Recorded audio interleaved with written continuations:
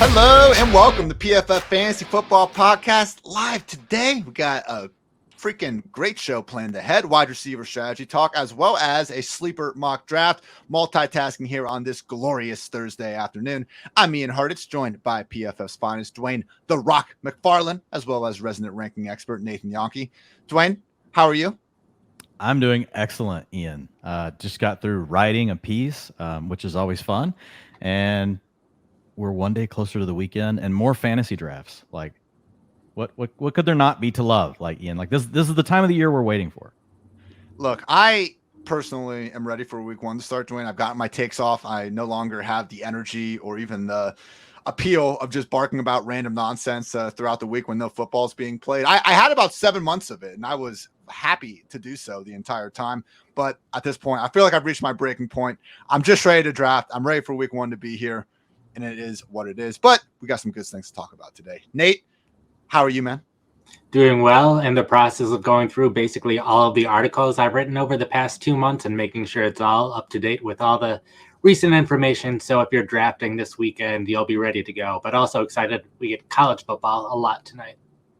Got them Buckeyes playing those freaking Catholics over in Notre Dame this weekend. I hope everyone's rooting for the right team in that matchup. Hasn't beaten the Buckeyes in over 100 years. I think we're going to keep that tally going, but I don't know. I'm just an ignorant Ohio State fan these days. Again, YouTubers, you can check out the sleeper mock draft we got going on here. I'm picking out the 101 spot, but don't want to exactly just bring you guys through every single pick of this. You can find tons of drafts that Dwayne and myself particularly have recorded throughout the summer on PFF's YouTube page, but we got a fun little 12-team PPR start, me going out of the 101 here. So with all that said, guys, we talked about quarterbacks and running backs yesterday. Here now to give kind of our final thoughts on the wide receiver position. So Dwayne, you've done a lot of work again all summer long talking about how every single draft is its own dynamic organism. I need to write it down. I messed Unique, up the actual tagline. Yeah, here we go.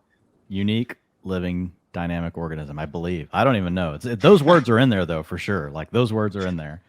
Something like, honestly, like you've that. taken it to the point where I don't even need to know it anymore. Like you've always got it, and that's the most that's the thing that I usually get the most common to anything I tweet. Like that is somewhere in the responses, like just that line. So, wow. Either way, it's true, and we can start a draft. You know, wide receiver times 3. I didn't fall into the trap again there, or running back times 3. A lot of different options that we have on the table. With that said, even just where we're picking in the terms of early in the first round, middle first round, late first round.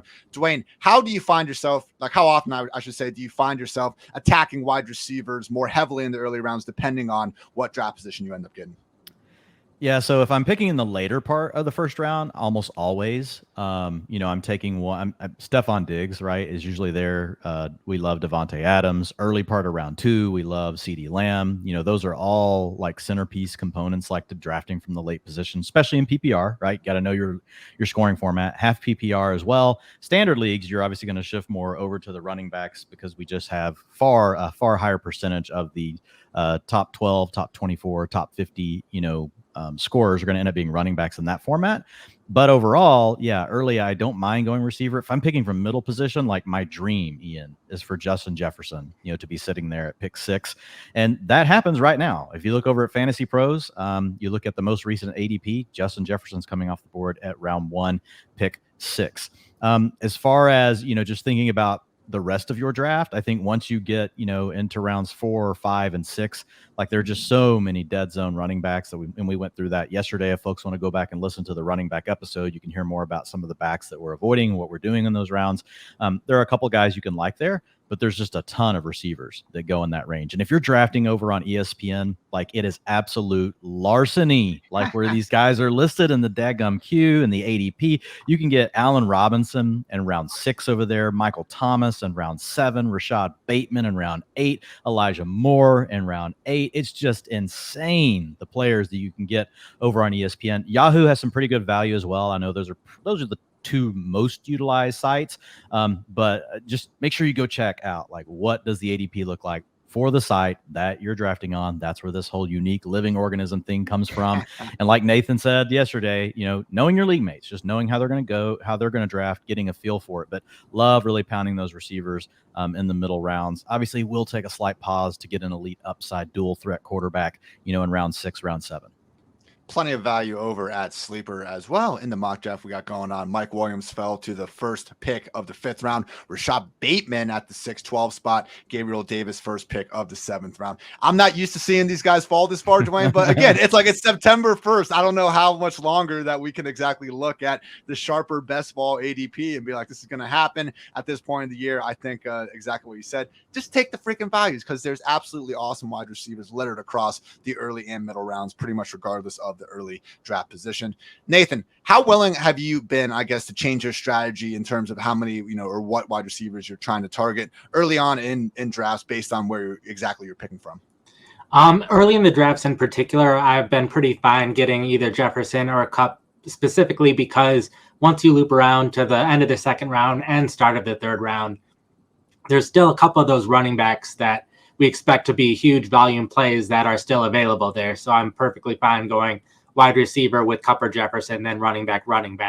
And then similar to what Dwain said at the end of the 1st round, very happy to get someone like Diggs or Adams at the end of the 1st round and then get a running back right after that. So on middle of the 1st round, it's basically always a running back unless a wide receiver falls. Dwayne, there's so many wide receivers that I like throughout the draft. Top 50, top 60 guys. I can go through each team and find 2 or 3 guys to get at least somewhat excited about. So I'm perfectly fine waiting in almost every kind of case, though.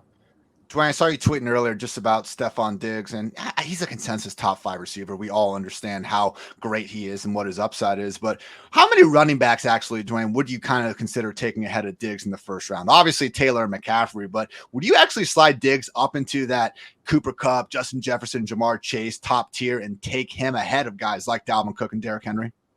I think it's fine if you want to do it. The one thing you have to remember is just the elite upside that you get as far as the top end performances from running backs, right? We go back to 2011, 67% of the top 3 performers in PPR formats have been running backs. So it's just a matter of what that absolute ceiling is. Yes, sometimes you can get a Cooper Kupp-like season where you just get an absolute smash, which is honestly, you could argue Cooper Kupp had a quarterback season, not even a running back season. He outscored Josh Allen last year. So in a PPR format. So I am willing to do it, especially if you don't like to take on the risk, right, of the running backs. And I think Stefon Diggs is kind of where that stops, though, right? He would be the last one, Ian, I would really be willing to do it on. Some of the other guys, even like Davante Adams, he's in the same tier. CeeDee Lamb's in the same tier, a little bit lower than Stefon Diggs for me, but he would be the one. And the reason why is we know it's a pass-heavy offense. They pass more than the league average, whether they're winning, trailing, tied, sitting on their grandma's couch. It doesn't matter. It's a bye week, and the Bills pass more than the Seattle Seahawks do. So when I look at that, you get Josh, Allen, an elite quarterback. And then, we all like Gabe Davis, but we don't know if he's going to be more than an 18, 19% target share player. And folks, Gabe Davis truthers, calm down. He could pay off. He can pay off his ADP just as that because the Bills, again, pass the ball so much. Dawson Knox was a good tight end last year. He didn't really demand targets in any sort of high rate, right? He hasn't shown us anything that suggests he's an elite tight end at this point. And then after that, we all love Isaiah McKenzie, but he's been around a while. Is he all of a sudden going to be a 30% target share guy? So the door is wide open. Typically when we see these 28, 30% target share seasons, like what we've seen with Davante Adams in the past, it's with a cast of surrounding characters that, they're nice, but they're not great options. And so with Diggs, you just get it all. We've seen his talent. We've seen him check the boxes from a targets per route run, target share standpoint, and now he plays in this elite offense. I wouldn't be surprised if he got a 30% target share and he ends up with 200 targets, because we rarely get to see someone in this much of a hyper passing offense get that kind of target share, but it really could happen for Stefon Diggs this year. And I know we kind of throw this thing around. Oh, they wide receiver one's in their range of outcomes. It's really in the range of outcomes for Stefon Diggs.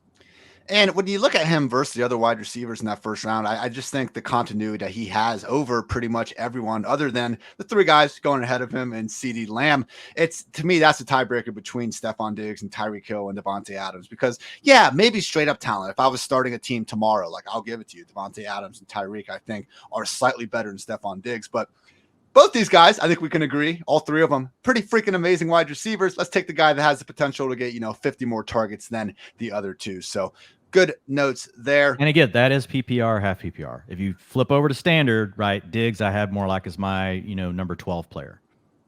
I am taking Chase and Diggs at the turn of the latest mock draft I have going on. Absolutely love when you get some of those top 5 receivers falling to you deep into the first round.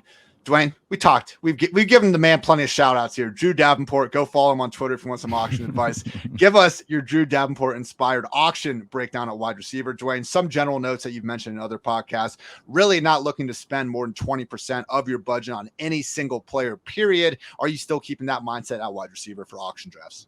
Yeah, for sure. And remember, the 20% is in a league where you've got multiple flex spots, right? So you've got 2 running backs, you've got to start 3 receivers, 1 tight end, but you have 2 or 3 flex players. If you're in a league, which a lot of you folks are, where it's 2 running backs, say 2 receivers, 1 tight end, 1 flex, then you can spend, say, 25%, on your top players. So just make sure you kind of think through it. The more starters that you have to have in your lineup, the less likely you should be willing to spend a huge amount on the top end player, because then the way you win that sort of league is you want to turn around and fill all those 3 flex spots with other really good players when everybody else's money is gone.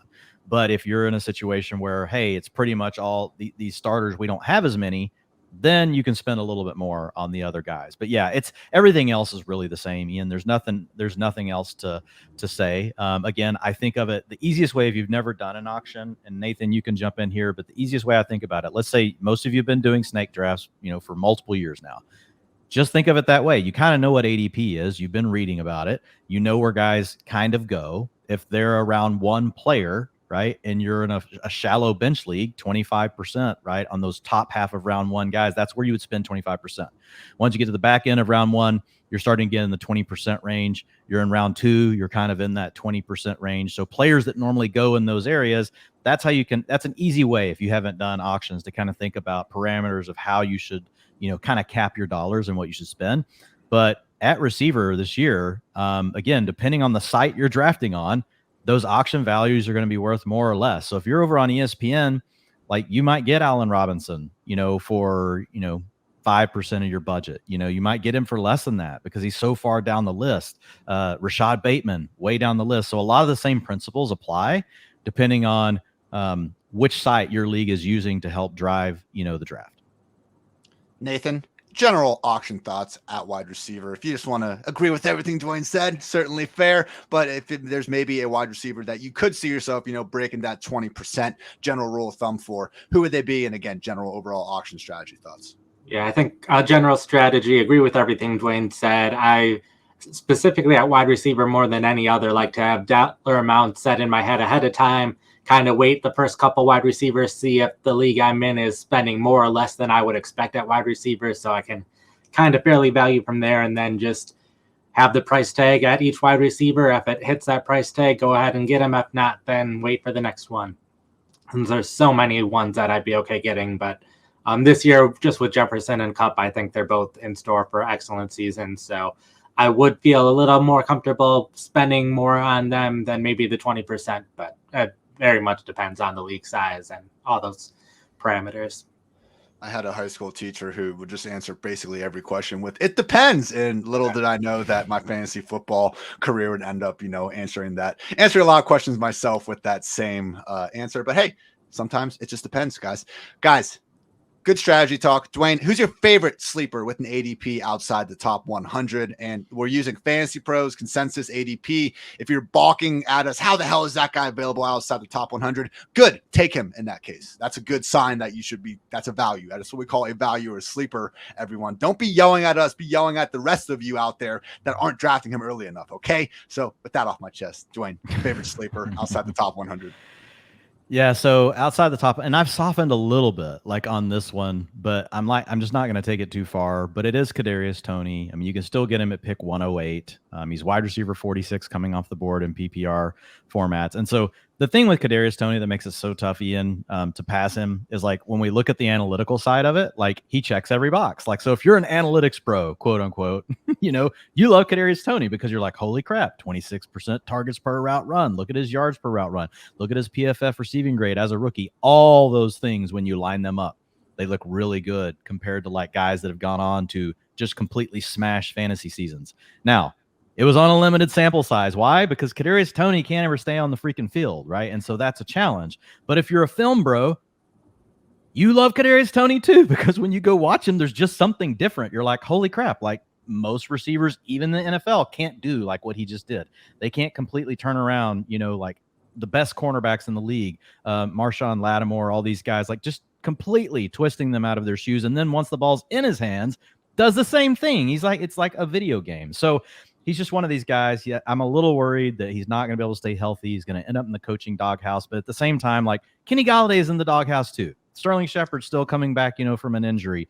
Wan'Dale Robinson, we like him. He's a rookie, but he's a small guy. He's going to play the slot. Like, I don't know how good Wan'Dale Robinson's going to be. I mean, we like him as someone we take later in drafts, but I just feel like it's going to be really hard this year in particular for them, to not have Toney on the field all the time, as long as he's healthy, even if he might be rubbing coaches the wrong way. So I just feel like the upside is so huge. He is the one guy, like when I look down past pick 100 and think, yeah, there's risk, but I know the talent's there. The film matches it. If everything works right, he could get 150 targets, and you're getting him after pick 100. And they're not just nasty targets either, right? They're being forced. They're like, oh my God, he's got the ball again. Look at what he's doing. So I'm kind of conflicted because I am worried about the injuries, but man, it just stacks up too well for Toney.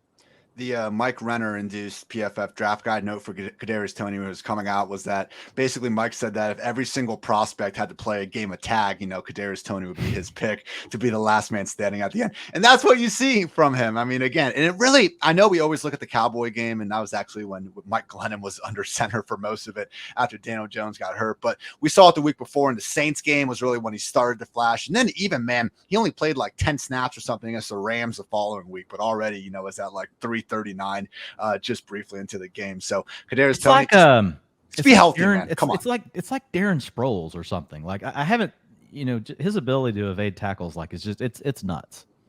It truly is. Nathan, favorite sleeper outside the top 100. I think I'll go with Tyler Boyd. You can't. That was mine.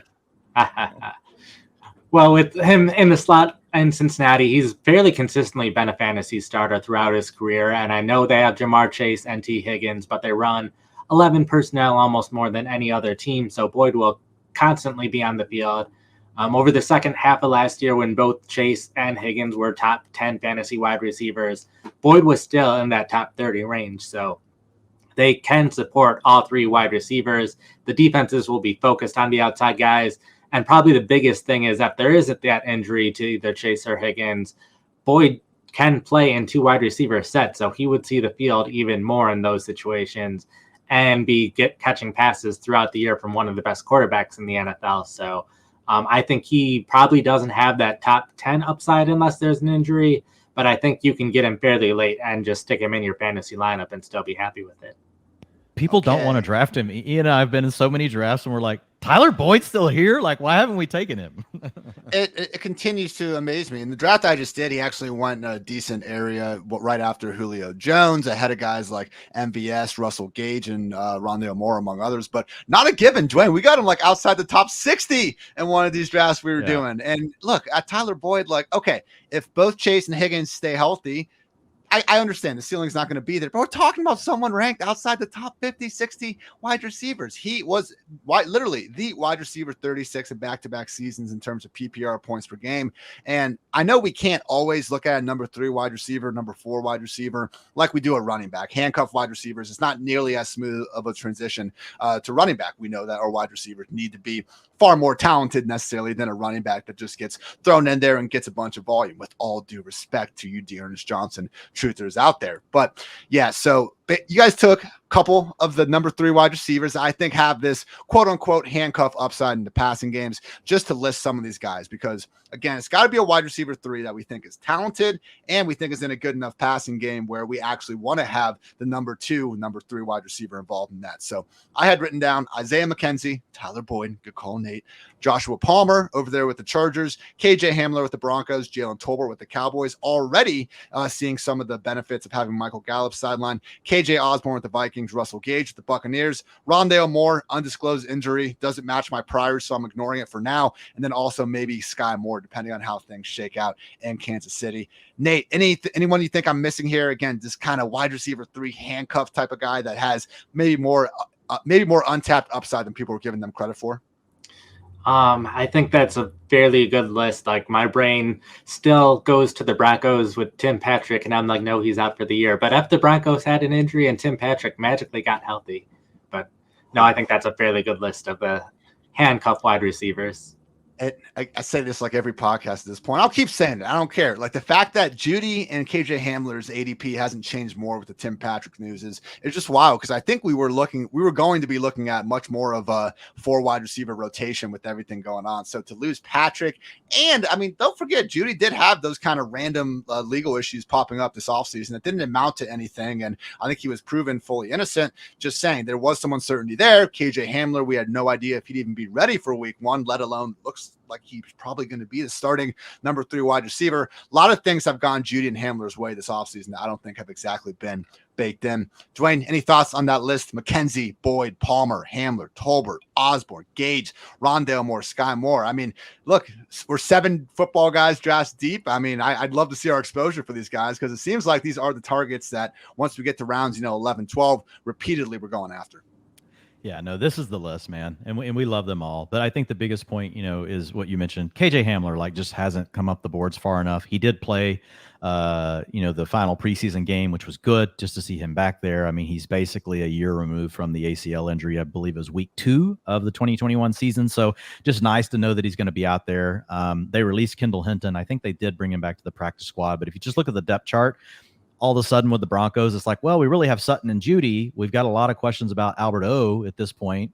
And KJ Hamler is by far, when I just think of from a pure talent perspective, he's the next man up. And, really with Sutton and Judy, we like them, but neither one of them have shown us for sure, right, that they're going to be smash prospects. So they've both put up some nice underlying data points. Sutton did have one nice year, but at the end of the day, we could look up, and even without, this being quote unquote handcuff, we could see KJ Hamler surprise us and just be the wide receiver 2 on this team by week 5 or 6 with Russ Wilson, and just the skill set fit. So I love the call on KJ Hamler.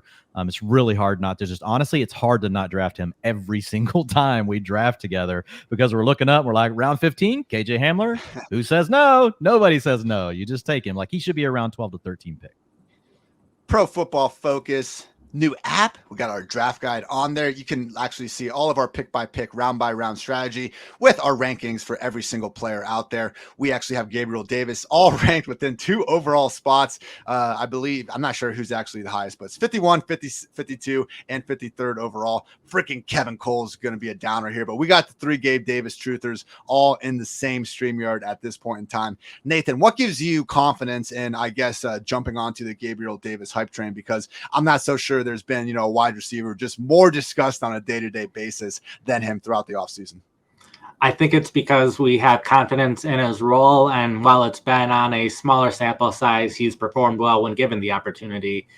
Just the fact that the Bills had a number of wide receivers last year that they were kind of rotating some guys in and out, where this year it seems a lot more set that there are 4 guys at the top of the depth chart, and 2 of them play more so in the slot. So Gabriel Davis should see a vast majority of offensive snaps. I don't think he'll be leaving the field that often. And he's performed really well every time he's been given the opportunity. So I think the combination of talent and opportunity is there, plus the offense that he plays in is obviously a huge plus for him. So combination of all those things, I think he has a decently high floor because of the offense he's in, but the talent that we think he has can push him even higher. talent, opportunity, great offense. Dwain, is that something that you might be interested in? I mean, what are we missing here? Why did we spend so many damn hours discussing Gabriel Davis this offseason, especially after the draft, after free agency, when we could just see that really the competition wasn't going to be there? Like, how does Gabriel Davis bust, Dwain? Because you mentioned it before. Even if he does only get this 18, 19% target share because of how damn much the Bills throw the ball, we're still looking at someone where, like, what should be his target projection over under, like 95 or something? I've got it at 105.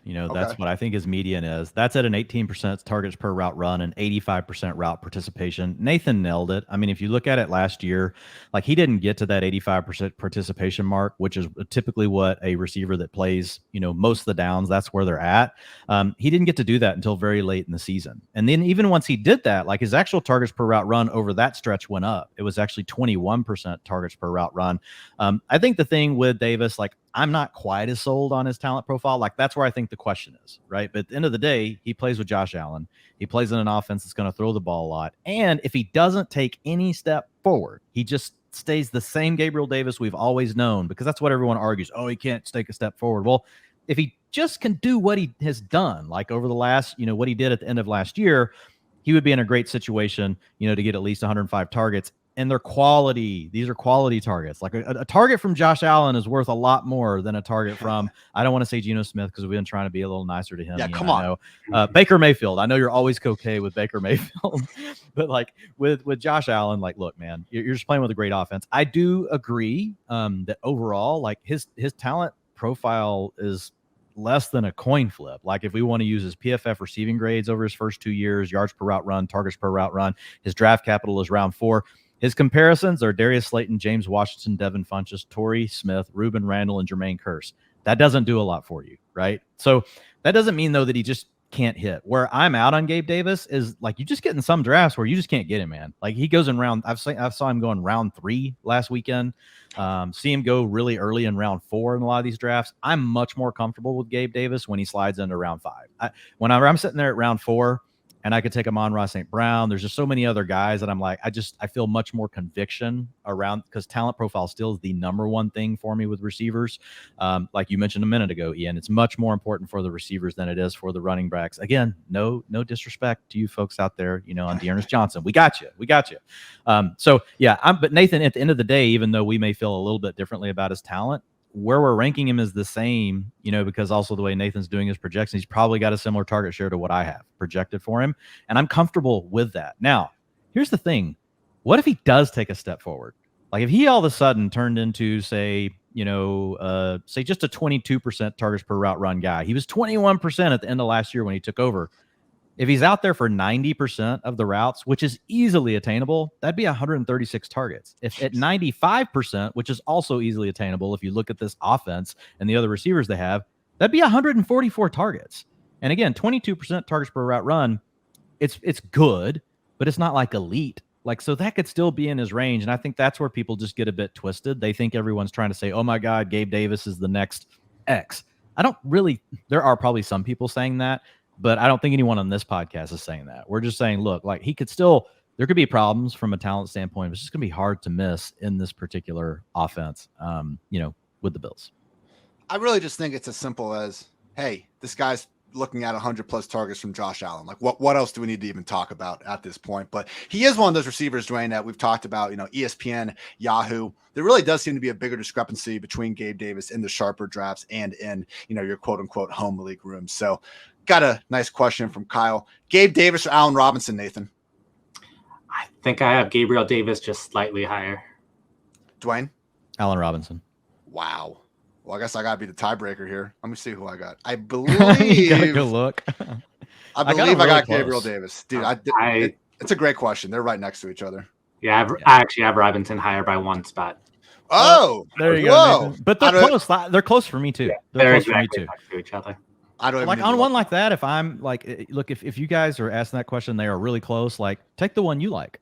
Yeah. They're close enough. We probably all have them in the same tier too. So nothing wrong with that. As I add Allen Robinson to my queue over here. All right, guys, talked a little bit. Gabe Davis, another 2 players where haven't exactly had the same sorts of conversations, but we've seen kind of their value dip and rise just based on kind of new information we've gotten about them. Chris Godwin, Michael Gallup. At certain points of the offseason, it was like, we might not see these guys until November. Now, suddenly, I believe I saw a Tampa Bay beat reporter say there's a 55-45 chance of Godwin playing. I love that he didn't pull out the 50-50. We got 55-45 there in week one. Meanwhile, Jerry Jones saying if week one was a Super Bowl, Michael Gallup could be out there in his own right. So I've been drinking the Godwin Kool-Aid to a decent extent. Once we saw that he wasn't going to be on the PUP list, I moved him and Michael Thomas, into kind of the low end wide receiver 2 range. In terms of Michael Gallup, I mean, we got that early kind of training camp report where he just said it's not realistic he can be out there week one. But now it's sounding like with him not on the PUP list, maybe not week one, but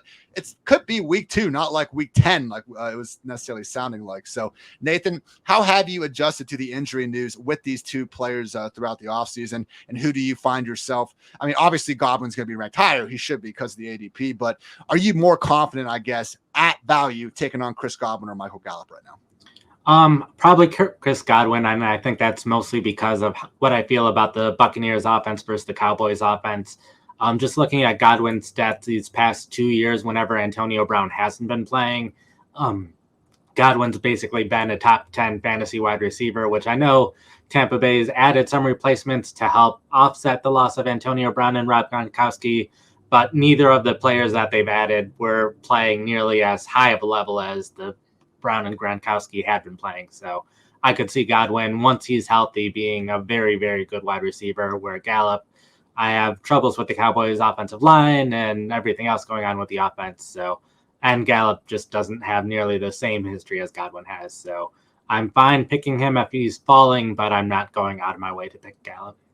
It is unique, Dwain, where we have this group of wide receivers. We can throw DeAndre Hopkins in there too, where these are guys where once they're healthy, once they're good to go, like we know for a fact they're going to be ranked rounds ahead of where we're taking them right now. We're not having to take, the same sorts of leaps of faith with guys, Isaiah McKenzie, the Rondale Moores of the world.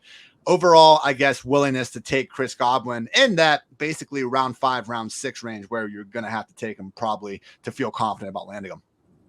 Yeah, so I mean, with Godwin, we were actually doing that together in some of our drafts. We were taking him in round 5.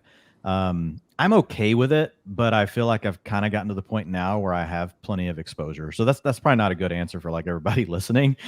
So it's like I'll do it, but I don't feel the need to jam it. Like I've actually moved him down. I moved him down last week into wide receiver 3 territory, just because the more and more as we got closer and closer to season, even when you read Todd Bowles quotes, like always when you see somebody say something, a headline, so-and-so is going to play, not going to play. And then you go read the actual quotes from the coach or whoever. And you're like, this doesn't even like match up with like this headline. And all Todd Bowles has been saying is, well, he's going to be really hard to hold back when he's healthy. Like, well, no shit. Like we know that, but when's he going to be healthy, coach? Like we don't know. And so, yeah, I mean, I think it's all guesswork right now on the Bucs beat reporters. They're doing the best job they can, with the information that they have, but he has still not been in a practice even where he has been allowed to take contact. So that's worrisome to me. I think it's going to be a challenge for him to be on the field in week 1. I think additionally, it was just such a late season injury. The more I've thought about it, Ian, it's just like, how long before we get Chris Godwin to 100%? We may not see 100% Chris Godwin this year. Now, 90% Chris Godwin with Tom Brady is still probably, to Nathan's point, a better than 150% Michael Gallup, right? Because he's just a better player.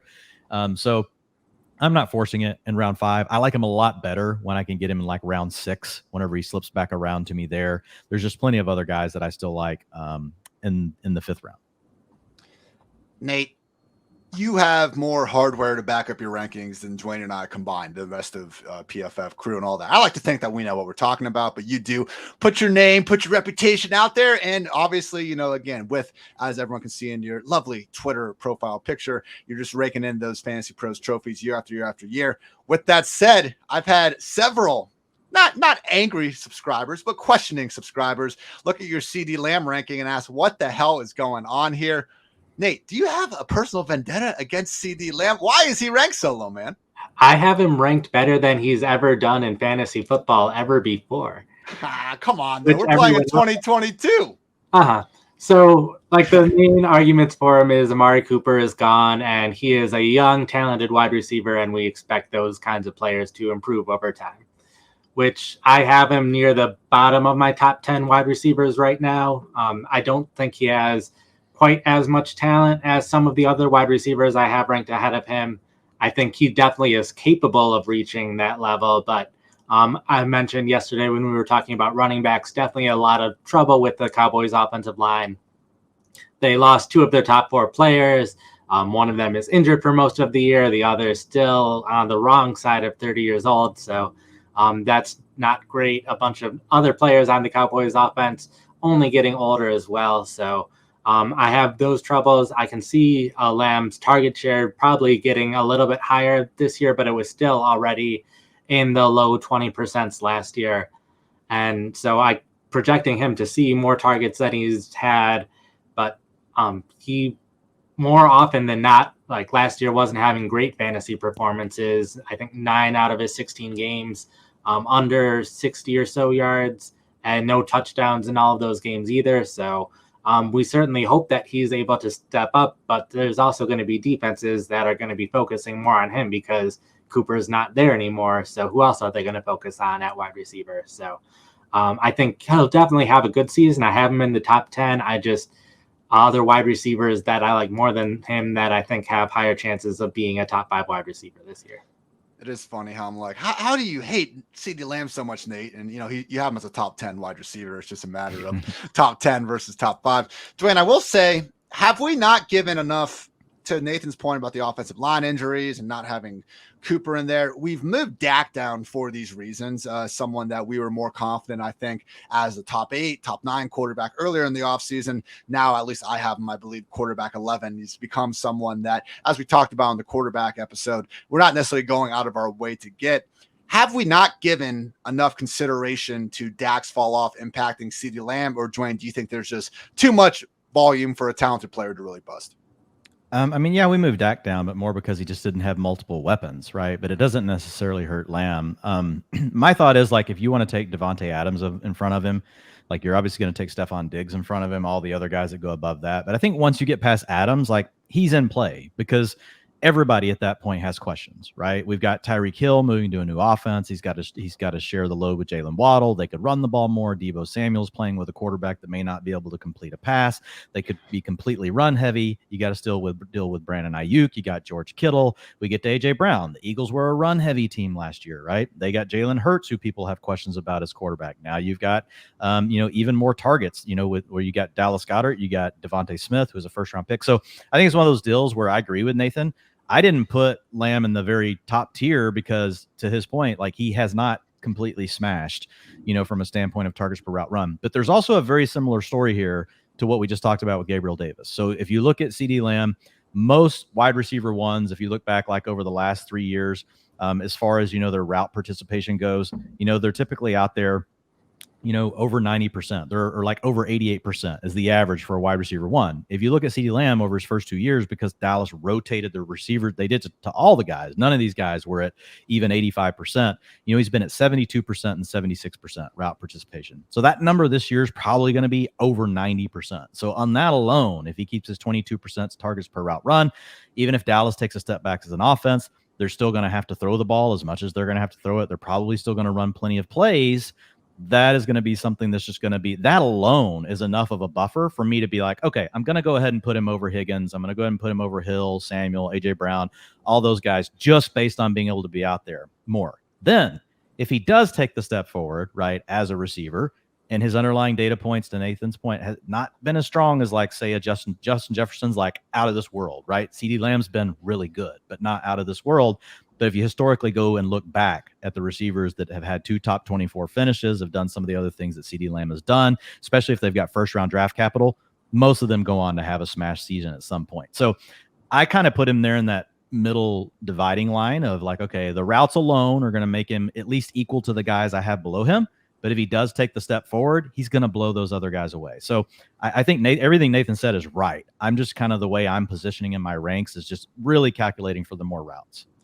I was doing this Bleacher Report stream a few weeks ago, and I was just going through my top 10 wide receivers, and I had CeeDee one spot ahead of Davante Adams, and people were losing their damn minds over this. And it's like, guys, come on. It's a 1 spot ranking difference. Like, we're talking about 2 talented players here, but it is, CeeDee does, maybe it's just a Cowboy thing, man, but I feel like not quite as volatile as Gabriel Davis this offseason, but everyone seems to have a strong opinion on CeeDee Lamb. Hopefully, his 2022 season looks a little bit more like the first half of 2021 as opposed to the second half. I do get it with Adams. I think that's the one name if people wanted to have an issue with, of you having Lamb over, I think that's the one. I think once you talk about all the other guys that we mentioned, there's enough questions that it's like, okay, like it's going to get pretty close with all those other guys. With Adams, he's just done it for so freaking long. I know we now have Waller and we have Renfro, but I mean, he's still probably a lock for 25% target share, right? He's not going to get 30. Like, it ain't happening. So that's the one name, because Adams has proven it for so long, that I would say, okay, fine. If someone had a real issue with my ranks, fine. And to your point, it's one spot apart. Just take Davante Adams and leave me alone. That's what I'm saying. Like, if you want to take Davante, okay, I see it. I'm not calling you crazy. I'd appreciate it if you don't call me crazy as well. We have our reasoning there. Nate, just last kind of hole, not hole in your rankings. Again, you know what you're doing here, but last thing that looking through your rankings that kind of popped off to me, you're pretty low on both Courtland Sutton and Jerry Jeudy. I also noticed with the PFF projections that, our lovely resident doctor, Eric Eager, isn't exactly the highest on the Broncos passing game in general. What are your overall expectations for Russell Wilson and company, Nathan? Because it could be a situation where, maybe we are just a little bit too obsessed with the new shiny thing out there. And so overall thoughts on, I guess, Russell Wilson and company in Denver. Yeah, so I think in general, the team will have a good season. I think both what I'm doing and what our data scientists are doing is projecting out how many passes the team's going to have, how many targets the receivers will get. One thing I think in general I'm somewhat high on is the Broncos passing more to the running backs than they have in the years past. A lot of that has to do with the coaching staff, what the coaching staff has done in the past, what they have said. And I could see Williams in particular getting a lot more targets this year than he did last year, which the more targets there are to the running backs, the fewer the targets there will be to the wide receivers. I also know we were talking about KJ Hamler earlier. I think the gap between Hamler and the other wide receivers isn't quite as big as some others think. So I also think Hamler will have a decent season, even if no one else gets injured. So I'm also very happy to get him in the late rounds of my fantasy drafts. So I'm just trying to figure out where the targets are going to go. And I don't see Sutton or Jeudy having enough targets to warrant it unless they start playing better than they have been in the past, which Jeudy to this point really hasn't done much in the league so far. It is concerning, Dwain, that we saw in the year 2020, Teddy Bridgewater produced 3 top 30 wide receivers in DJ Moore, Robbie Anderson, and Curtis Samuel. Goes to Denver in a wide receiver room that we all really like. And I think a lot of people kind of compared it to Carolina in terms of having weapons all over the place to potentially just get more out of a quarterback than you're expecting. But our thought process was basically it's going to be Sutton or Jeudy to really benefit from Bridgewater. And Sutton just was getting shut out by the time Jeudy was back and he wasn't getting targets. But Jeudy didn't exactly do anything with it either. The answer ended up being either Tim Patrick or just more likely no, like don't play any of these guys. Do you think there's a chance, Dwain, that we're overrating kind of this Broncos offense? And I don't know, man, maybe Russell Wilson, maybe the guy we've seen the last 2 years is what we should expect more so moving forward, as opposed to the guy that we saw, more consistently 5-6 years ago. Yeah, I mean, it's kind of a tough one, so like my thoughts are I don't see the Broncos throwing the ball more to running backs, because we know that quarterbacks can also be a major driver, right, of when the ball gets thrown to the backs.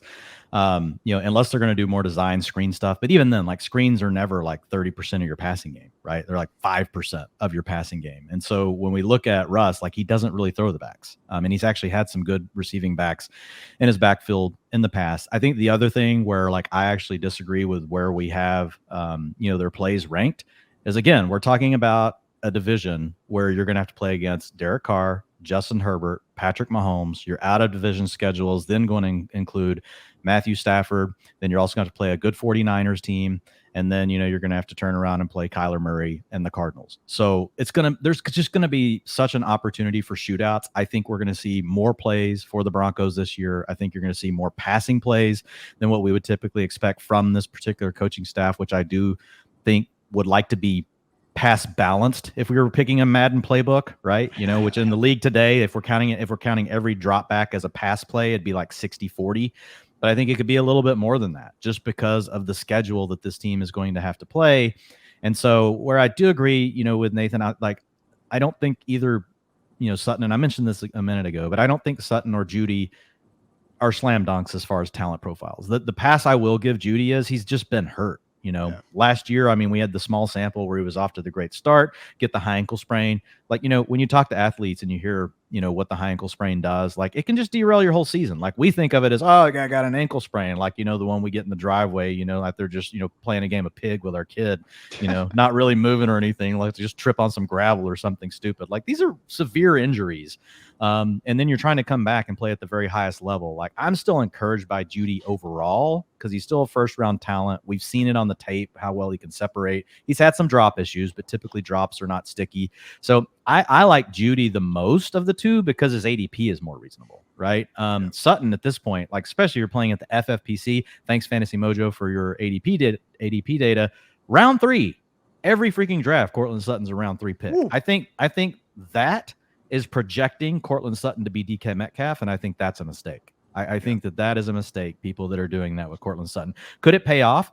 Yeah, because we've seen, even if the Broncos don't throw as much, the beauty of the downside is we've seen Russ really support, 2 receivers for how long in offenses that really didn't throw that didn't run that many plays in Seattle. So to me, the floor is still pretty good, but I will say Cortland Sutton is not DK Metcalf. Right. And I don't think you could even say Jerry Jeudy's Tyler Lockett, at this point. So that's kind of where I stand on him. Like Jeudy where he is at ADP. I like Cortland Sutton where he's at ADP on ESPN. Like he's going round 6. Oh. Round 6. Love Cortland Sutton at that range. Over in FFPC where people are just jamming him every time they can in round 3. I think that's a bit ambitious.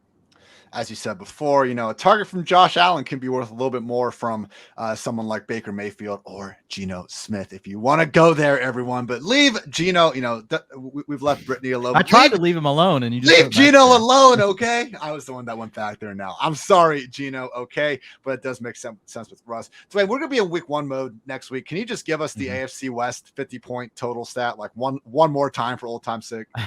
56% of the games right now over on Superbook that are projected for 50 points or more. And this is only through week 17 because I was doing it for best ballers. So you guys have to go look at week 18. But 56% of the games, period, across the whole NFL belong to the AFC and NFC West. It is going to be shootout after shootout after shootout. It's just an incestuous, thing where they're just playing each other over and over. It's going to be fun, man.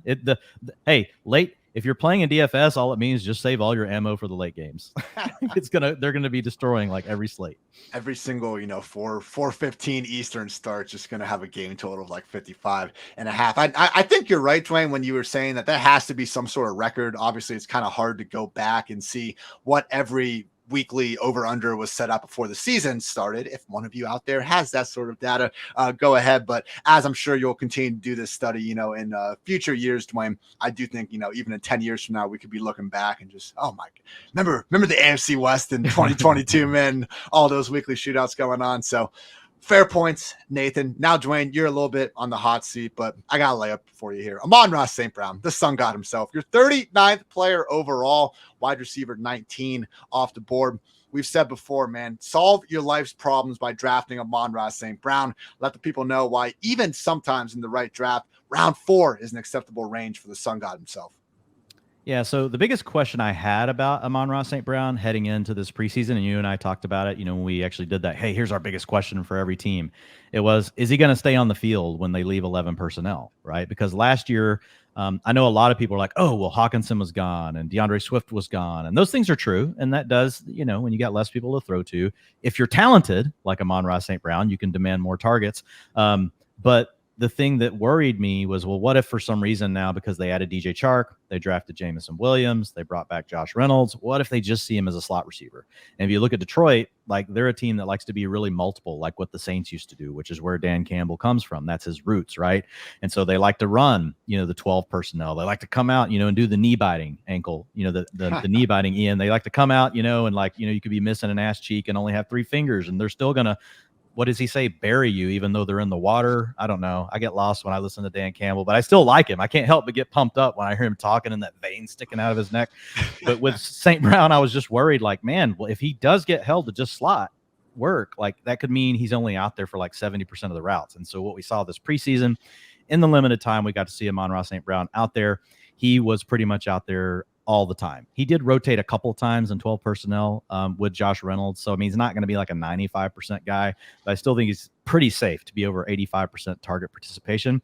And in the end of the day, that like is really all I needed to see because like if you just go back historically and you look at the PFF passing grades for rookies, there's a lot of data points for Amon-Ra St. Brown. But if you just want one in a nutshell, that's really it. Just go back and look at how these other receivers have gone on to perform. If they've had that 80.0 or better PFF receiving grade, as rookies. So I'll just give you a quick list, Ian, and this one is 75 plus or more. So Odell Beckham Jr., Terry McLaurin, Michael Thomas, Mike Evans, Keenan Allen, A.J. Brown, Tyreek Hill, Doug Baldwin, okay? And this caught Doug Baldwin before he ever broke out. This caught Tyreek Hill before he ever broke out as a fantasy asset. Some of these, the easiest way to find future fantasy producers is just go find guys that have already produced fantasy points. But then we look for other metrics. They're like, well, what are maybe some things that can tell us about someone that hasn't broken out yet? And that's what this metric's really good for, even though technically Amon-Ra already broke out. But if you look at Chris Godwin, caught him before his breakout in his rookie season. He had an 80.3 PFF receiving grade. Cooper Kupp, Stefon Diggs, Juju Smith-Schuster, Jarvis Landry, Hunter Renfrow. It caught Hunter Renfrow before everybody says Hunter Renfrow sucks, and he busts out for wide receiver one season. You might want to tap the brakes. Tyler Lockett and A.J. Green. That's pretty damn good company as far as I'm concerned. So the thing I look at with Amon-Ra, his ceiling, I think his ceiling is Jared Goff's year in 2019 with Cooper Kupp. Yeah. Like he's playing the Cooper Kupp role. He actually comps very closely to Cooper Kupp across all these data points. And people remember back then, oh man, Cooper Kupp plays a slot, not on the field enough, blah, blah, blah. Robert Woods going to take targets. Brandon Cook's going to take targets. What do? Wide receiver 4 finish overall. Jared Goff can't throw the football. What did Jared Goff do? I think he supported 3 top 36 fantasy performers that year at wide receiver. So I love Amon-Ra St. Brown. And just guys, you got to fade this noise about people talking about the Hawkinson and Swift stuff. Here's the thing. When your receivers have had a chance with everybody else on their roster injured to just come out and dominate with 30% target shares, there's a ton. And guess what? 99% of them can't do what Amon-Ra St. Brown did. You have to actually be good at the game of football because guess what? The guys on the other side, they actually want to win their game. And if you're all that they have, they're going to take you away, especially after a couple of weeks of this. And all of a sudden the other coach, Ian, you watch film, you're usually watching 2 or 3 games of film, on your opponent, the most 3 previous games. And all of a sudden you're like, who's this for? And coaches are, who's 14? Yeah. We got to cover 14. Like, so it's just it's kind of silly to me, honestly, what people have done, with the Amon-Ra St. Brown argument. Like he's just a very talented player that should have been drafted sooner than he was. He was a 4th round pick last year. Some of the Urban Meyer slander, was maybe getting a bit too much. Maybe it wasn't, but who's this 99 guy in the Rams? That's still just one of the funnier. Doesn't know who Aaron Donald is. What are you doing in this league? Just that was the one Urban thing that just absolutely slayed me this offseason. But great points all around. And yeah, we don't expect him to be the wide receiver 2 behind only Cooper Kupp like he was during the final 6 weeks of last season. But it's pretty cool that we know that he can have a 6-week stretch where he is the second most productive receiver in all of fantasy football. Not saying it's going to happen again, but my goodness, we don't have to draft him like that. Don't be afraid to take him far closer to his floor than his ceiling. Guys, one final thing. Dwain, is there any other hateful insult or something you want to get off your chest to Alan Lazard and his relatives before we get out of here? No, I actually want to take this moment to tell them that I love them, and I actually hope that Alan Lazard succeeds. Wow. All the joking aside, I know we have a fun time. It's just me looking at the numbers. Like if Alan Lazard breaks out this year, folks, I do not care that he gets to play with Aaron Rodgers. He's already been playing with Aaron Rodgers. I do not care that Davante Adams is gone. Do you think that this team just decided not to throw to Alan Lazard just because they had Davante Adams? Like there's the wide receiver 2 position's been open in Green Bay for how many years in a row, right? The same argument for MVS, and people have chilled on MVS. They're like, he's around 10, 11 pick. That's where Alan Lazard should be going. Fine, you want to take him in round 9 because you think some of the rookies, you're not as crazy about them. That's okay too. But like going round 6, like that's just, in my opinion, round 5 in some drafts, it's too much. Like I will say his visor looks kick ass. Like I saw him in that visor the other day, and I was waiting on a tweet from Ian, like calling me, to the table based on just the swag factor. But look, he's over 4 years, he's never shown he's not hit any of the indicators we want as far as breakouts. He's not done it in fantasy points. He's not done it in yards per route run. He's not done it in targets per route run. He's not done it in PFF receiving grade. PFF receiving grade is designed to separate Allen Lazard from all the other factors. Like, that's what it's designed to do. And he has not been able to even get better than a wide receiver 6 PFF receiving grade if you're equating receiver grades like to fantasy performances since 2011. So could it happen? Yes, it could happen. But I think it's an outlier, so I'm just not taking a swing. Nathan, similar thoughts, or do you think Lazard's going to tell all of us nerds to go shove it this year and just ball the hell out because he's Aaron Rodgers' potential wide receiver 1? Here I was hoping I'd get an apology from Dwain rather than he does well and then saying more bad things about him. But I do think the one argument that I would mention with Lazard is he has suffered a number of injuries throughout his career, so I think that has definitely hurt him at times. He's had, on very small sample sizes, some games where he's done well, and then shortly after those games has suffered an injury and then been out for a period of time.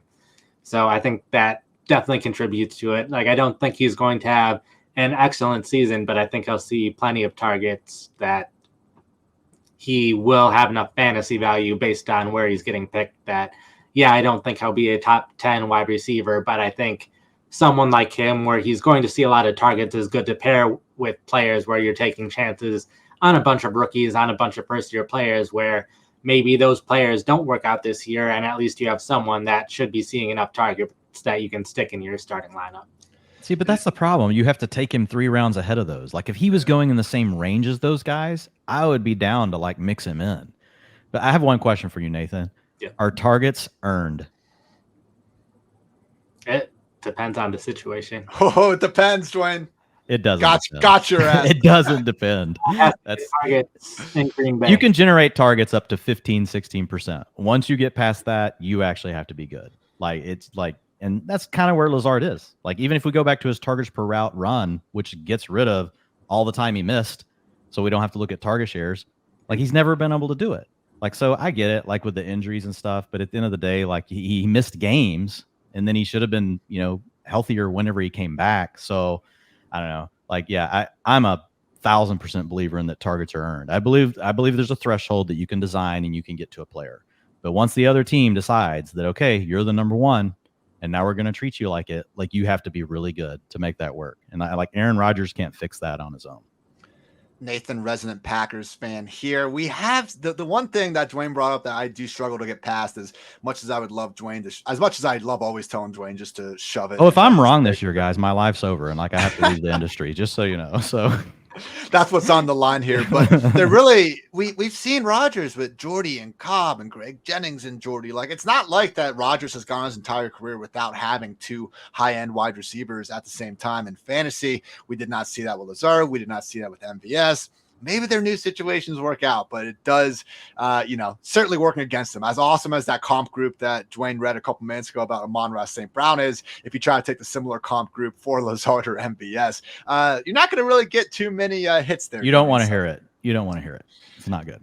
Fellas, we have Rashard Matthews. You're saying there's a chance. Rashard Matthews is the one. He's the one guy that I found that basically comped to Lazard that had that late breakout. Who was the court? That was with Mariota too. So you definitely could argue that Aaron Rodgers is way better than Mariota. So I'll give you that. This is actually just a Drake London discussion now. But okay, Nathan, one bold call for the wide receiver position in 2022 before we get out of here. One bold call. Let's see. DJ Moore will be a top 5 wide receiver. Ooh, you want to say anything else, or you just Sure. I'll add that he's been incredibly consistent with his yards and not having enough touchdowns, but I think having Baker Mayfield will be a huge help. Moore, one of his best assets, as he's a deep threat wide receiver with Sam Darnold, who could not throw the ball deep. So he has not been able to take advantage of that, where Baker Mayfield has been fairly accurate on his deep passes, one of the top 3 most accurate over the past couple years. So I think having Mayfield will lead to a lot more big plays out of Moore, and therefore a lot more fantasy points. Sadly, the best quarterback that DJ Moore will play with is Baker Mayfield. That's not Cam Newton slander, late career, injured shoulder Cam Newton. I'm not counting him. So sadly, Baker's the best for DJ, and Carson Wentz is going to be the best wide receiver, best quarterback that Terry McLaurin has ever caught passes from as well at the professional level. Dwain, one wide receiver bull call take for 2022. I mean, I'll just stick with Amon-Ra St. Brown. He finishes as a top 12 wide receiver in PPR. Ooh. All right. I think you've already said enough about the sun god himself. I will say that Rondale Moore finishes as a top 24 wide receiver in full PPR, 105 to 110 targets with, a nice little touchdown spike. And we actually see him emerge as the Curtis Samuel, Robert Woods type of wide receiver that we look up at the end of the year and go, oh shit, he got 25 rush attempts throughout this bitch as well. So Rondale Moore, someone that, we got the undisclosed injury. So it is one of those things where we don't exactly know how healthy he's going to be in week one. Kind of wish, I don't know, that was brought to our attention a little bit before yesterday, seemingly, but maybe it was, and I just wasn't doing quite as much due diligence as I should have been. Either way, Rondale Moore, Isaiah McKenzie, despite these late, off-season nicks and bruises, obviously not ideal. I'm not going to completely leave out the potential for a wide receiver 3 to even wide receiver 2 to emerge behind the obvious number 1 in both the Arizona Cardinals and Buffalo Bills offense. We love Josh Allen. We love Kyler Murray. Don't be afraid to love some of those receivers that they will also be throwing the ball a lot to, other than just Hopkins, Hollywood, and Stefon Diggs. Fellas, it's going to wrap everything up. Hope you guys enjoyed the sleeper mock drafts that we had going on here on YouTube as we were discussing all things wide receiver. Nathan, anything else you want to get off your chest and let the people know what you got over at pff.com this week? I have probably 5+ articles going up each day with everything that you would want to know to get you ready for your fantasy drafts this week and all the rankings and sleepers and strategy that you need. Just to reference, like Nathan actually is not kidding. We have like our consumer team chat basically that we all enter our articles in at the beginning of every week. And I think Nate's entry was the first time I've ever had to actually scroll down, like to actually get the entire thing on a page. So super flex rankings, top 300 standard rankings, half PPR, Nathan's my guys, wide receiver ranks and tiers, running back ranks and tiers. I mean, that's just in the last 18 hours and I skipped a few of them. So truly all the top PFF fantasy content you can find. Go check out Nathan Jahnke over at pff.com. Dwain, final words. What do you got at pff.com? We got my guys, we got fades, we got all the updates. We've been covering the strategy stuff. So similar. Now I'm not doing 5 a day. So, I don't bleed green like Nathan. I got to figure out what he's doing. But I need some of that, Nathan. Just send me some. But I just want to end the podcast with saying, look, if Alan Lazard finishes as a top 24 receiver, I'll come on this podcast next year with Nathan, and I will wear a cheese head for the entire podcast because it's what I deserve. If that happens, that'll be even better than the. I'm not even asking for anything back from Nathan. I'm just offering this up. So. That'll be better than the famous cowboy hat episode that I believe Nathan was on here as well with. Fantastic stuff. If I had to guess Nathan's article output, I think in the he's got the doors behind him right now. There's actually 12 interns just absolutely busting their ass that PFF doesn't know about. They're not being paid. Nathan, throws them a couple scraps of meat every night before he locks them back in the basement. I don't know. Either way, pff.com. Check out everything from Nate, Dwain, myself, and with the new Pro Football Focus app, we finally have our cool ass quad force in there. Efficiency, workload, the offensive environment, strength of schedule. We always talk about these 4 things in some way, shape, or form when evaluating players. And we make, sacrifices. Okay. Other than the top 10, 12 players, not everyone's going to check all these boxes. So what do? We take on someone like AJ Brown that has completely awesome talent. Maybe we're a little bit worried about the volume, but again, with our new quad force, we basically just have it's a quad force thing. It's like a graph that you can click on and see the underlying premium stats, and also just, I think, have a chance to see the whole picture for yourself. And then once you have the whole picture in mind, then you can go ahead and make your analysis, our ranks and analysis there as well. So basically with the PFF app, you go to a player, you can see what me, Nathan, Dwain, and Kevin Cole think about them. And if you say, what the hell do these guys know? I'm the freaking gangster here. I know who the best fantasy players are. Great. Scroll down and you can get all of the metrics that anyone's going to want to look at to try to make an educated fantasy decision. Your one-stop shop for all things fantasy football. Go get the Pro Football Focus app now available in the Apple Store. For Nathan, for Dwain, I'm Ian. Thanks so much for tuning in to the PFF Fantasy Football Podcast. And until next time, take care, everybody.